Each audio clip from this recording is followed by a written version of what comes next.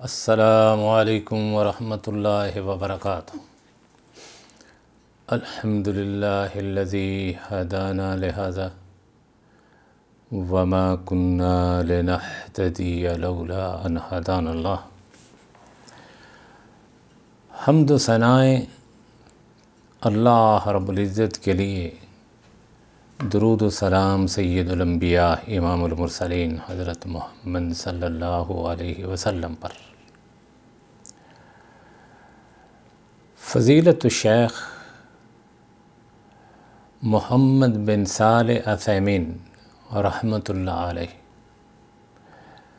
سعودیہ کے ایک عظیم عالم ہوئے ہیں۔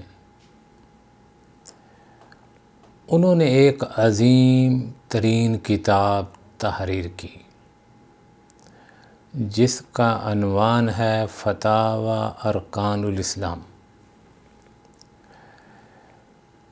اس کتاب کی ترتیب اس طرح ہے کہ تمام سوال و جواب ہیں، لوگوں نے سوال کیے، شیخ نے ان کے جواب دیے، اور محیط ہے ارکان الاسلام پر۔ ارکان الاسلام کیا ہیں؟ توحید ہے، یعنی شہادتین اشہد ان لا الہ الا اللہ و اشہد ان محمد عبدہ و رسول، نماز، زکوٰۃ، روزہ، حج، یہ 5 ارکان ہیں اسلام کے۔ ان کے بارے میں جو سوالات اٹھائے گئے، شیخ رحمۃ اللہ علیہ نے ان کے تسلی بخش جواب دیے۔ تو ہمیں یہ کتاب بہت ہی اچھی لگی اور عامۃ الناس کے لیے مفید لگی۔ اس کو پیش نظر رکھتے ہوئے ہم نے اس کتاب کی ریکارڈنگ کا پروگرام بنایا۔ سب سے پہلا جو سوال کیا گیا وہ یہ ہے کہ توحید کی تعریف کیا ہے اور اس کی کتنی قسمیں ہیں؟ شیخ جواب دیتے ہوئے فرماتے ہیں کہ لغت یعنی زبان کے اعتبار سے توحید باب واحدہ یوحد کا مصدر ہے، جس کے معنی کسی چیز کو ایک قرار دینے کے ہیں۔ توحید سے مراد کسی چیز کو ایک سمجھنا، ایک قرار دینا۔ اور توحید نفی و اثبات ہی کی صورت میں وجود میں آ سکتی ہے، یعنی ذات واحد کے ماسوا حکم کی نفی کر دی جائے اور اس کی ذات کے لیے اس کا اثبات کر دیا جائے۔ مثلا ہم کہتے ہیں کہ کسی انسان کے لیے اس وقت تک توحید ممکن نہیں ہو سکتی حتیٰ کہ وہ اس بات کی شہادت دے کہ اللہ کے سوا کوئی معبود نہیں ہے، اس بات کی شہادت دے کہ اللہ کے سوا کوئی معبود نہیں۔ تو اسی طرح اس نے اللہ رب العزت کی ذات پاک کے سوا ہر چیز کی الوہیت کی نفی کر دی اور صرف اللہ تعالی کی ذات گرامی سے اس کا اثبات کر دیا، کیونکہ محض نفی تو تعطیل محض ہے اور اثبات محض اس امر سے مانے نہیں کہ غیر بھی اس حکم میں شریک ہو۔ مثلا اگر آپ یہ کہیں کہ فلاں شخص کھڑا ہے تو آپ نے اس کے لیے یہ تو ثابت کر دیا کہ وہ کھڑا ہے، قائم ہے، لیکن آپ نے یہ ثابت نہیں کیا کہ صرف وہی شخص کھڑا ہے، کیونکہ یہ ممکن ہے کہ کھڑا ہونے میں اس کے ساتھ کوئی اور بھی کھڑا ہو، کوئی اور بھی شریک ہو۔ اگر آپ یہ کہیں کہ کوئی بھی کھڑا نہیں ہے تو آپ نے بالکل نفی کر دی اور کسی کے لیے بھی قیام کو ثابت نہ کیا۔ اور اگر آپ یہ کہیں کہ زید کے سوا کوئی کھڑا نہیں ہے تو اس صورت میں آپ نے اکیلے زید ہی کے لیے قیام کو ثابت کیا ہے، کیونکہ آپ نے زید کے سوا ہر ایک کے قیام کی نفی کر دی۔ پس امر واقع کے اعتبار سے توحید کی یہی حقیقت ہے، یعنی توحید اس وقت تک توحید ہی نہیں ہو سکتی جب تک وہ نفی اور اثبات پر مشتمل نہ ہو۔ اللہ عز و جل کی نسبت سے توحید کی تمام اقسام توحید کی تعریف میں داخل ہیں کہ اللہ تعالیٰ کو ان تمام امور میں واحد قرار دیا جائے جو اس کی ذات پاک کے ساتھ خاص ہے۔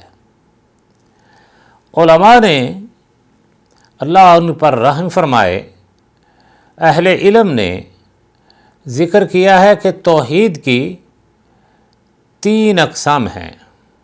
توحید ربوبیت ہے، توحید الوہیت ہے، توحید اسماء و صفات ہے۔ مطالعے سے اور تحقیق سے، قرآن کی آیات پر تدبر و تفکر کرنے سے اور اللہ کے نبی صلی اللہ علیہ وسلم کی احادیث کا مطالعہ کرنے سے یہ بات ثابت ہوتی ہے کہ توحید ان 3 قسموں پر ہی محیط ہے، اور اس لیے ان کو توحید کی 3 قسمیں کہتے ہیں۔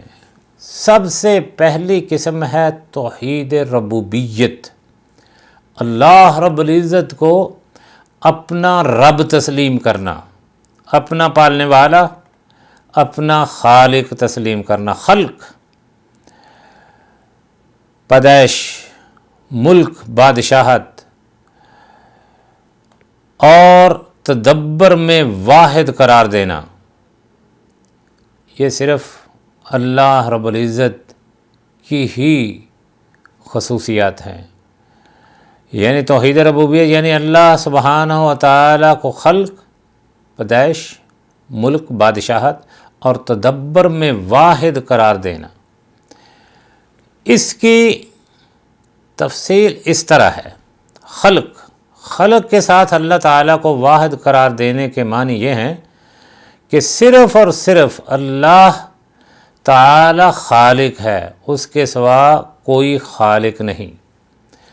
اللہ رب العزت فرماتے اپنی مقدس کتاب قرآن المجید والفرقان الحمید میں، هل من خالق غیر اللہ یرزقکم من السماء والارض لا الہ الا ہو، کہ اللہ کے سوا کوئی اور خالق اور رازق ہے جو تم کو آسمان اور زمین سے رزق دیتا ہے؟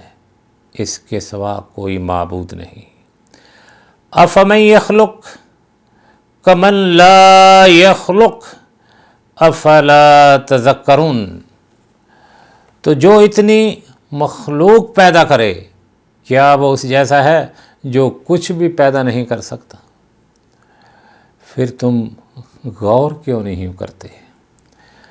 پس اللہ واحد ہی خالق ہے، اس نے ہر چیز کو پیدا کیا ہے اور پھر اس کا ایک اندازہ ٹھہرایا۔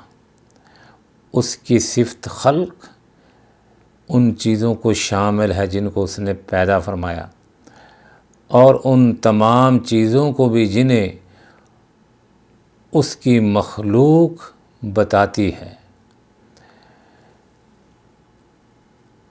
لہذا تقدیر کے ساتھ ایمان صرف اس صورت میں مکمل ہو سکتا ہے کہ آپ اس بات پر بھی ایمان لائیں کہ اپنے بندوں کے افعال کا خالق بھی اللہ تعالی ہے، جیسے کہ اللہ رب العزت نے فرمایا واللہ خلقکم وما تعملون، تم کو اور جو اعمال کرتے ہو ان کو اللہ تعالیٰ نے پیدا کیا ہے۔ اس کی وجہ یہ ہے کہ بندے کا فعل اس کی صفت ہے اور بندہ اللہ تعالیٰ کی مخلوق ہے، اور جو کسی چیز کا خالق ہو وہ اس کی صفات کا بھی خالق ہوتا ہے، اور اس کی دوسری وجہ یہ ہے کہ بندے کا فعل اس کے پختہ ارادے اور مکمل قدرت ہی کے ساتھ وجود میں آتا ہے، اور ارادہ قدرت کو اللہ تعالیٰ ہی نے پیدا، اور ارادہ و قدرت کو اللہ تعالیٰ ہی نے پیدا فرمایا ہے، اور سبب تام کا خالق ہی مسبب کا خالق ہوتا ہے۔ اگر کہا جائے کہ اس میں تطبیق کیسے ہوگی تو صرف اللہ تعالیٰ ہی خالق ہے، جیسا کہ غیر اللہ کے لیے بھی تخلیق ثابت ہے۔ مثلا ارشاد باری تعالیٰ ہے فَتَبَارَكَ اللَّهُ أَحْسَنُ الْخَالِقِينَ، اللہ جو سب سے بہتر بنانے والا ہے بڑا بابرکت ہے۔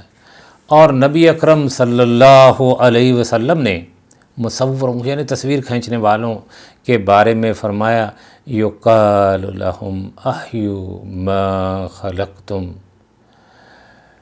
ان سے کہا جائے گا مصوروں سے کہ تم نے پیدا کیا اس میں جان ڈالو، ان سے کہا جائے گا کہ جو تم نے پیدا کیا تصویر کھینچی اس میں جان ڈالو۔ اس کا جواب یہ ہے کہ غیر اللہ کا پیدا کرنا اللہ تعالیٰ کے پیدا کرنے کی طرح نہیں ہے، کیونکہ غیر اللہ کے لیے کسی چیز کو عدم سے وجود میں لانا یا کسی مردہ کو زندہ کرنا ممکن نہیں ہوتا۔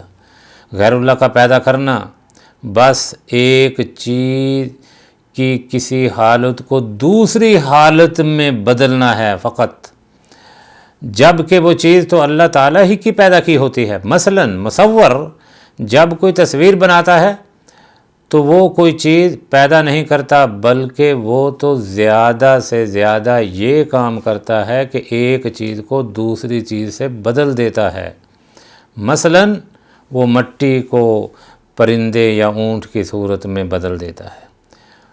تو اس لیے ملک بھی اللہ تعالیٰ وحدہ لا شریک کی ملکیت ہے، وہ اکیلا ہی ہے ساری کائنات کا مالک، اور دنیا اس کی ملکیت ہے۔ اللہ رب العزت فرماتے ہیں تبارک الذی بیدہ الملک وہو علی کل شیء قدیر۔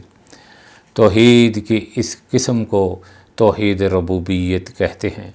اللہ تعالیٰ نے اس بارے میں بے شمار دلیلیں فرمائیں، اور یہ وہ قسم ہے کہ جس پر کافر اور مشرکین مکہ بھی ایمان لاتے تھے۔ اس کو توحید ربوبیت کہتے ہیں، اپنے رب کو رب تسلیم کرنا۔